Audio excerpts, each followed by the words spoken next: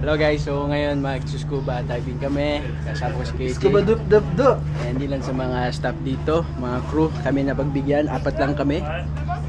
And mag-scuba kami dito somewhere.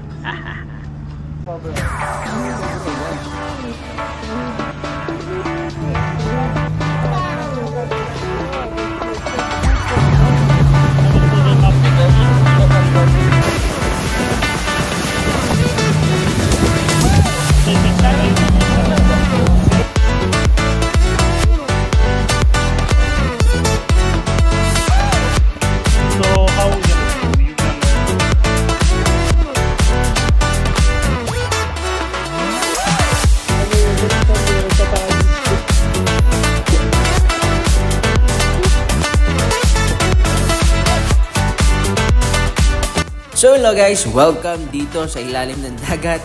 So gusto ko lang i-share sa inyo yung aking experience sa aking first ever scuba diving dito sa barko. So very thankful ako kasi isa ako sa mga napagbigyan na mag-scuba diving. Napakaswerte ko lang siguro kasi nung nag-post sila dun sa parang bulletin board namin dito sa barko, paunahan lang siya and meron lang 4 na slots. So pagka-post, nandun ako, eksakto. So, nagpaalam lang ako sa aking staff engineer, sa aking amo. And afterwards, biniyagan niya naman ako. And yun, nilista ko agad yung pangalan ko. And sakto-sakto, 4 kami na nabuo namin yung list. And yan, ngayon, nandito ako sa ilalim ng dagat. Bilang lahat kami ay beginners sa scuba diving, sinasamahan kami ng aming dive master isa-isa. Hindi kasi kami pwedeng magsabay-sabay kasi wala kami masyadong experience. Ginaguide niya kami and dinadala niya kami sa mga magagandang diving spots. Medyo masakit lang siya sa tenga and sa mata. Siguro dahil sa pressure and medyo malalim na rin kasi kami. Pero buti na lang, tinuruan kami ng aming dive master kung paano mag-equalize para habang bumababa kami sa tubig ay na-maintain namin yung pressure.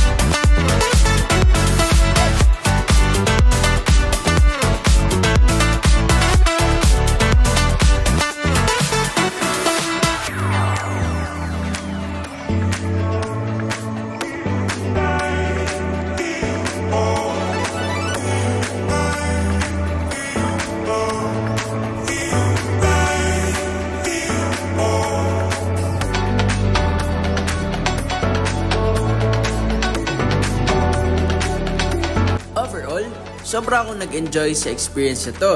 Kasi syempre, first time kong mag-scuba and sobrang ganda ng mga nakita ko.